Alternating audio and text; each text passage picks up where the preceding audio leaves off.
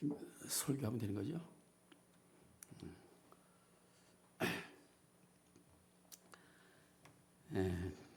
2절을 앉으시죠.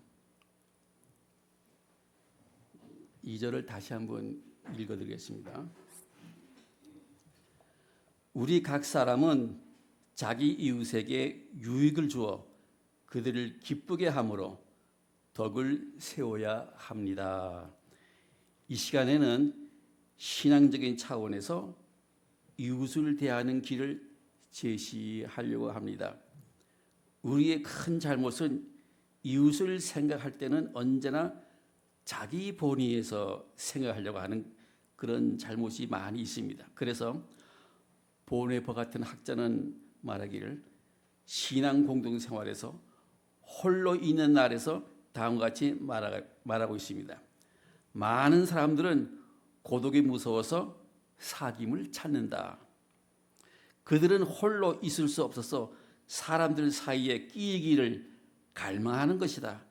그리스도인들 가운데도 스스로 어찌할 도리가 없는 언짢은 일을 홀로 겪고는 남과의 사귐에서 도움을 받아볼까 하고 기대를 거는 사람들이 있습니다마는 그들은 거의 다 실망하게 되고 자신의 잘못을 사귐의 잘못인 양 비난을 퍼붓게 되게 되는 경우가 많다는 겁니다. 이렇게 자기 욕망의 결핍을 채워보기 위해서 이웃을 찾게 되지만 거의 다 실망을 한다는 거죠. 이런 태도는 정신병원을 찾는 것과 같습니다. 그리스도인의 사귐은 정신병원을 찾고 있는 것 같은 그러한 저희를 가지고 있는 것은 아닙니다. 자기 도피의 길로 사귐을 찾는 사람은 그 사귐을 잡담과 오락으로 기분 전환이나 하기 위해서 그릇되게 사용하는 수가 있다는 것입니다. 이런 태도는 사귐이 아니고 자기의 외로움을 잠시나마 잊게 하는 흥분을 찾는 것과 같다는 것입니다.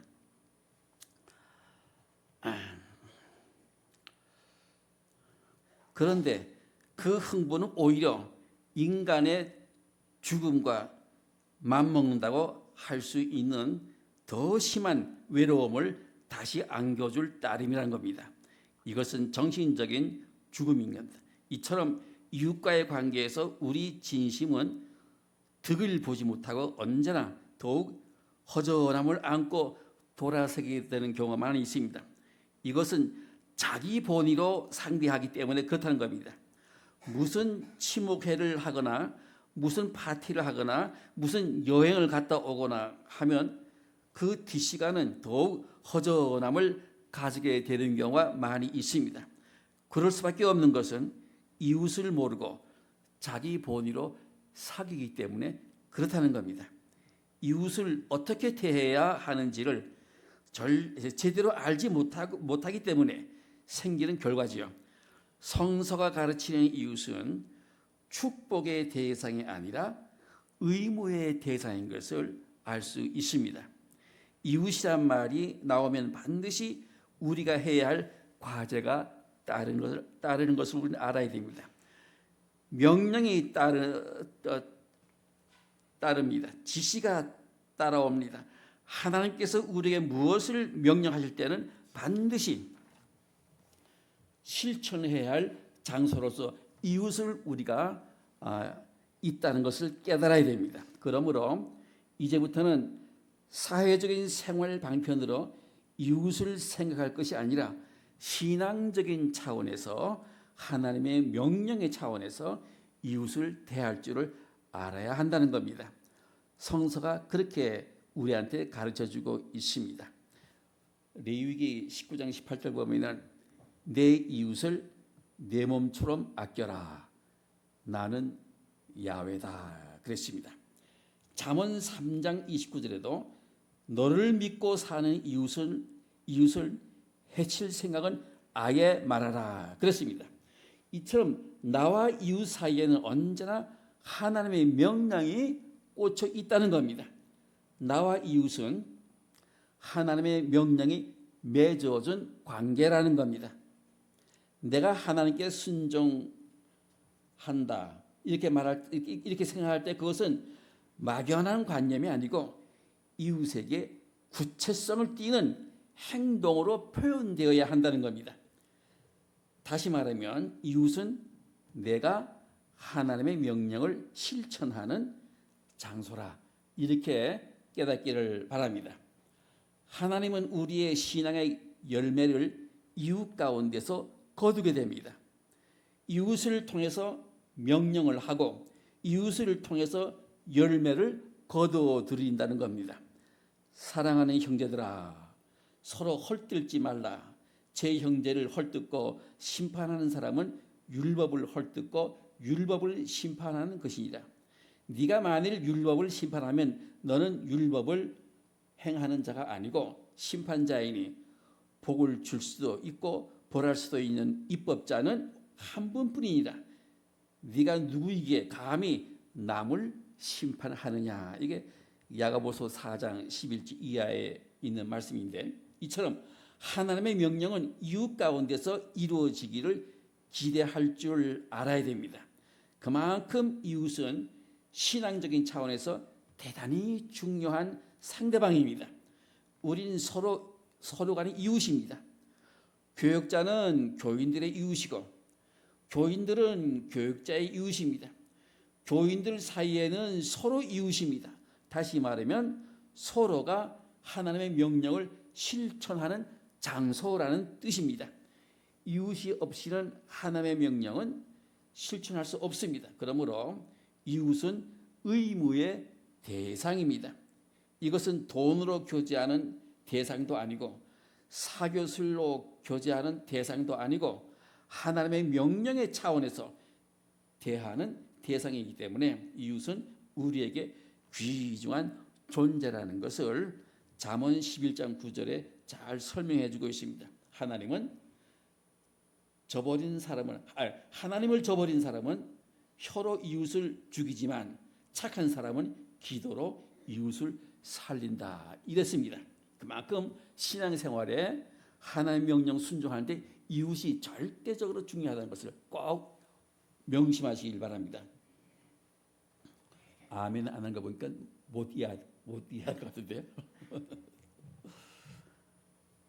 하나님의 명령의 차원에서 이웃을 보는 사람은 이웃도 살고 나도 살지만 자기 욕망의 본의대로 이웃을 보면 이웃도 죽이고 나도 죽게 된다는 겁니다. 하나님과 나 사이에 언제나 이웃이 증인으로 개입하고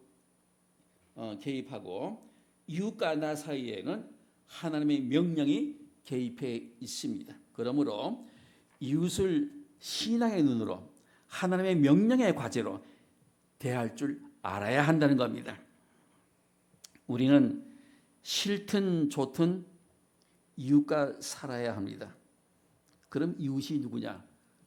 나 빼놓고 다 이웃입니다. 내 마누라도 나한테 이웃이고 내 아들, 딸도 나한테 이웃이고 내 부모도 나한테 이웃입니다.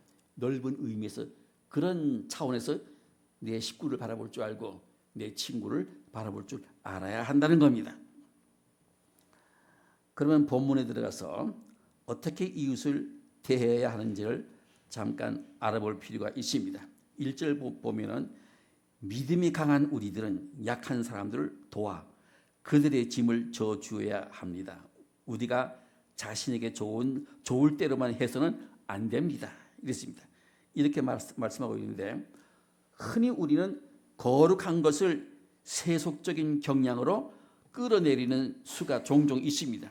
불가능한 것은 가능한 방향으로 바꾸어 편리한 태도를 가집니다. 이런 것이 자신에게 좋을 대로만 하고 사는 그러한 방법이라고 할 수 있겠습니다. 사도 바울은 이러한 그릇된 인간의 태도를 극복했습니다. 이런 사람을 강한 자라고 했습니다.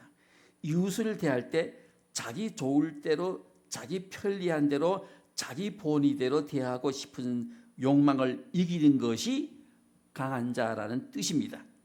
그래서 우리는 이웃을 대할 때 언제나 강한 자가 되어야 아름다운 관계가 된다는 겁니다. 우리는 왜 이웃보다 강한 자 입장에서 사귀어야 됩니까? 그것은 하나님의 그 명령 실천의 차원에서 대해야 하기 때문에 그렇습니다. 이웃의 의미를 신앙적인 차원에서 알 때 강한 자의 입장이 됩니다. 이러한 입장이 되면 다음과 같은 그러한 현상이 일어납니다. 이웃에게 손해를 보아도 그것을 찾는 힘이 생깁니다. 이웃에게 무엇을 기대하지 않고 주려고 하는 힘이 생깁니다. 이웃에게 언제나 개방적인 자세를 취합니다. 모든 불행의 원인과 결과를 이웃에게 돌리지 않고 내 자신이 짊어지는 힘이 생깁니다. 이웃을 용서해 줄 수 있는 힘이 생깁니다. 이웃에 대해서 의무감을 가지게 됩니다. 사랑이 없는 시대에 이렇게 이웃을 대하는 사람이 어디 있습니까? 강한 자만이 이렇게 대할 수가 있다는 겁니다. 사도 바울은 이웃과의 관계를 강한 자와 약한 자의 관계로 설명하는 것에 유의하시길 바랍니다. 이웃과의 관계에서 언제나 어려움이 개입됩니다. 왜냐하면 약한 자와 강한 자의 관계이기 때문에 그렇죠. 사도 바울의 개념에 의하면 강한 자는 하나님의 명령의 차원에서 이웃을 대하는 그리스도인을 말하고 약한 자는 인간적인 전통과 풍습과 종교적인 제도와 자신의 삶의 경험적인 차원에서 이웃을 대하는 그리스도인을 말합니다. 한마디로 강한 자는 성숙한 그리스도인이요 약한 자는 초보적인 그리스도인이라는 뜻이 됩니다. 좀 더 자세히 말씀드리면은 강한 자는 어떤 이웃이냐에 의해서 자신의 자유와 절제를 조절할 수 있는 사람이고, 약한 자는 자기 아는 것이 가장 옳은 줄 알고 융통성 없이 밀고 나가는 사람을 약한 자라 이렇게 말합니다. 다시 말하면 약한 자는 자기 본의대로 이웃을 대하고 자기 아는 것이 모든 행동의 원칙이고 자기 취향대로 이웃을 비판합니다. 자기의 삶의 연령과 의식 구조가 세계의 전부인 줄 알고 거기에서 벗어나면 비난을 합니다. 약한 자의 전형적인 모습이 이렇다는 겁니다. 강한 자는 그런 이웃을 보고 불쌍한 인간이라고 경멸을 하죠. 약한 자는 자기 아는 것이 전부인 줄 알기 때문에 교만합니다. 그 교만이 강한 자 이웃을 헐뜯고 돌아다닙니다. 그 교만으로 강한 자를 심판하지요. 그래서 사도 바울은 약한 자는 강한 자를 심판하지 말고 강한 자는 약한 자를 경멸하지 말라고 충고하고 있습니다. 교회 공동체의 생활에서도 언제나 약한 자가 말썽을 일으키고 부름의 길을 막고 있습니다. 강한 자는 약한 자의 비난을 듣고 모른 척하며 그 비난의 십자가를 짊어지고 견뎌냅니다. 우리는 어떠한 이웃이 되어야 하겠습니까? 강한 자로서의 이웃이 되어야 합니다. 강한 자가 바로 축복받은 상태이죠. 강한 자는 하나님의 명령을 두려워합니다. 그러므로 이웃을 섬깁니다. 말 없이 적극적으로 이웃을 섬길 때 하나님의 말씀이 성취되는 최고의 봉사가 이루어지는 겁니다. 약한 자는 언제나 자기의 잘못은 없고 잘못된 것은 언제나 이웃에게 돌리고 자기의 모습을 모르며 자기의 됨됨이가 어떻게 형편없는 인간인지 전혀 모르고 하나님의 명의 때문에 고민하고 있는 강한 자를 비난해 버립니다. 강한 자는 그런 비난 속에서 그리스도가 어떻게 행동하셨는가에 관심을 둡니다. 강한 자는 비난 속에서 그리스도의 말씀으로 용기를 얻습니다. 성서가 우리에게 주는 인내와 위로의 말씀을 통하여 우리로 희망을 가지게 하려는 것이죠. 인내와 위로의 근원이 되시는 하나님께서 여러분에게 그리스도 예수의 본을 따라 서로 같은 마음을 품게 하시고 한 마음과 한 입으로 우리 주 예수 그리스도의 아버지 하나님께 영광을 돌리게 주시길 비는 거지요. 강한 자의 목표가 바로 이것입니다. 내 한 입으로가 아니고 약한 자와 함께 한 마음으로 하나님께 영광을 돌리자는 것이죠. 이게 강한 자의 모습입니다. 강한 자는 약한 자를 참 이웃으로 만들려고 애를 쓰고, 약한 자는 강한 자를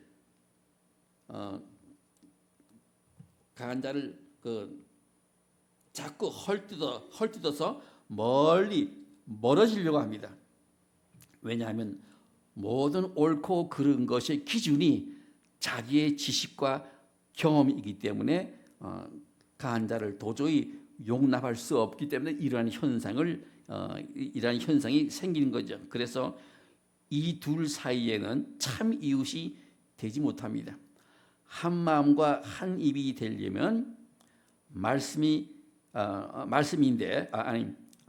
한 마음과 한 입이 되려면 양쪽이 다 하나님의 명령을 두려워하는 강한 자가 되어야 되는 겁니다. 약한 자와 약한 자 사이에서도 참 이웃이 성립이 안 됩니다. 여기에는 분쟁만 일어나죠. 그러면 강한 자와 강한 자는 왜 이웃이 이루어집니까? 여기에는 서로 화답하며 하나님의 명령이 성립되기 때문에 이런 현상이 일어난다는 겁니다.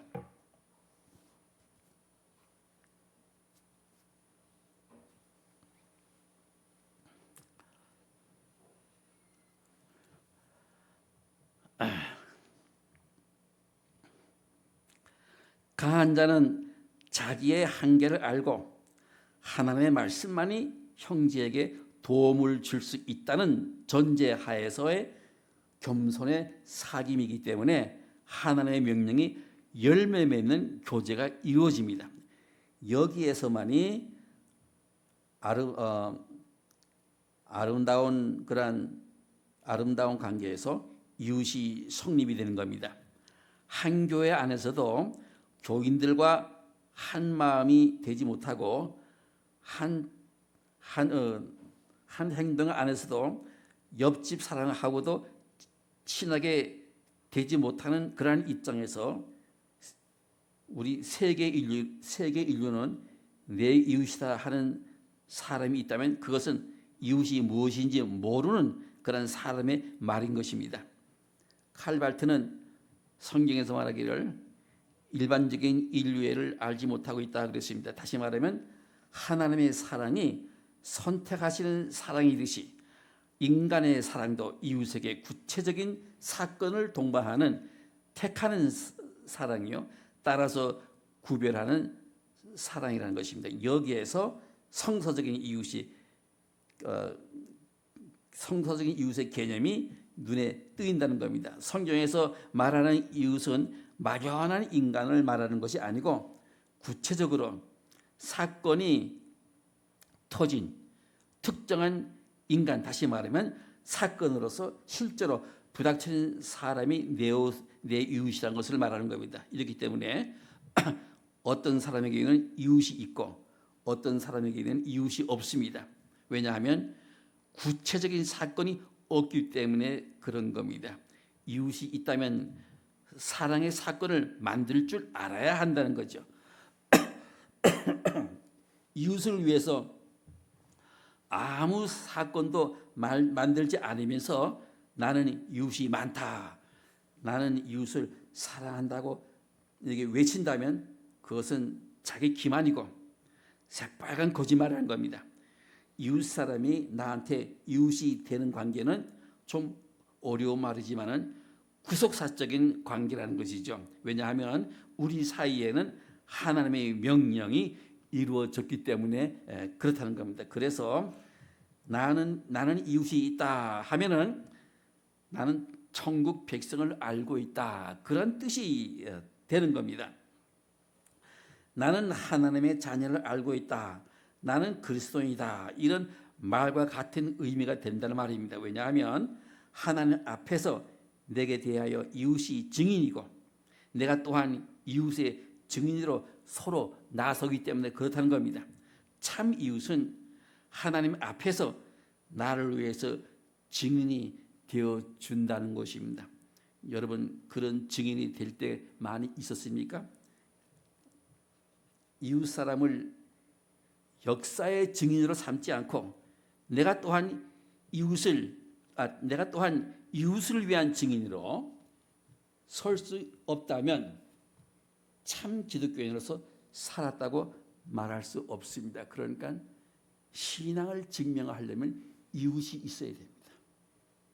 조용히 반성해 보시길 바랍니다. 이웃이 있어야 내 신앙이 증거가 된단 말입니다. 하나님의 심판대 앞에서 나를 위하여 증인으로 나설 이웃을 만들었는가? 내가 또한 증인이 되어줄 이웃을 가지고 있는가? 없다면 불행한 일이라는 겁니다. 한 동네에 살면서 한 교회에 있으면서 한 자리에 앉아서 같은 시간에 예배 드리면서 증인이 되어줄 수도 없고 증인을 얻지도 못한다면 이건 참 불행한 존재라는 겁니다. 이웃과 상관이 없는 하나님의 명령, 이웃과 상관이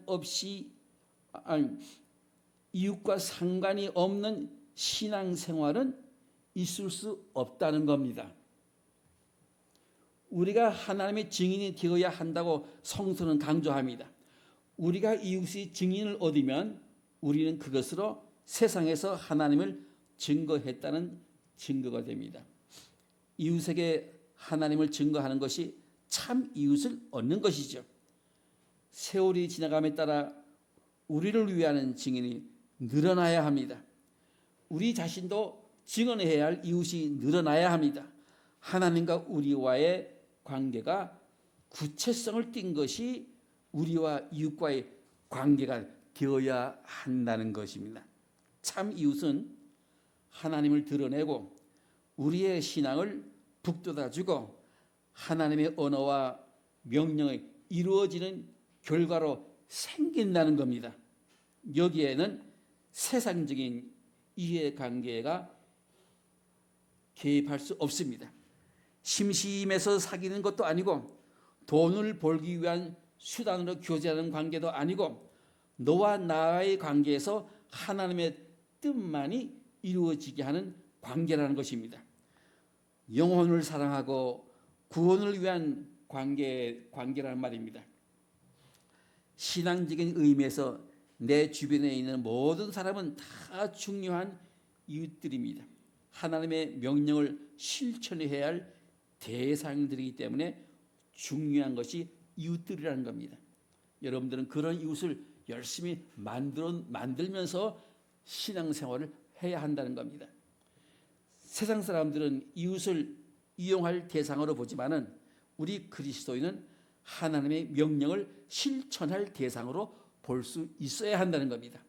이래서 이웃 없는 신앙은 있을 수가 없다는 겁니다. 사랑하는 성도 여러분, 우리의 신앙을 이웃 관계라는 차원에서 재정비해 보시기를 바랍니다. 신앙의 이상과 신앙의 현실은 나의 옛사람이 죽어야만 일치가 됩니다. 그래서 여기에는 인내심이 필요합니다. 자신의 삶의 성경 말씀을 적용시키는 방법을 몸에 익히기 위해서는 하나님께 인내의 힘을 구할 수 있어야 됩니다. 나의 주변에 사람이 많을수록 이것은 하나님의 명령이 나에게 많이 내려졌다는 뜻으로 생각하시길 바랍니다. 이것이 올바른 신앙의 삶이 된다는 겁니다. 그렇기 때문에 지금부터 이웃을 염려하면서 신앙생활을 할 수 있기를 바랍니다. 하나님이 나한테 내린 명령이 이웃을 통해서 이루어지게 되는가, 하나님이 예수님 지금 살피고 있는 것입니다. 오래간만에 설교하니까 원고가 잘 눈에 보이질 않습니다. 여기서 마치겠습니다. 기도하겠습니다. 네? 네. 사랑하신 하나님 감사합나이다. 변함없이 달력에 의해서 올 주님의 날로 맞이하게 해주셔서 이 주님의 날을 예배로 맞이할 수 있게 주시 뭐하니 감사합나이다. 우리의 모든 생활 중에서 제일 우선적인 순서가 신앙이라는 것을 늘 깨닫게 해줄 줄 믿사옵나이다. 오늘 예배를 잘 드림으로써 우리의 또한 하루하루의 생활, 일주일의 생활이 다 주님의 보호하심과 주님의 인도하심, 주님의 역사하심이 다 체험되는 축복된 삶이 매일매일 이루어지도록 인도해 줄 줄 믿사옵나이다. 믿습니다. 사랑하신 주님, 오늘 여기 또 헌금을 했사옵나이다. 이 헌금에 손길을 넣은 모든 성도들에게 주님, 의식주에 아무 걱정 없이 살 수 있도록 축복해 주시옵소서.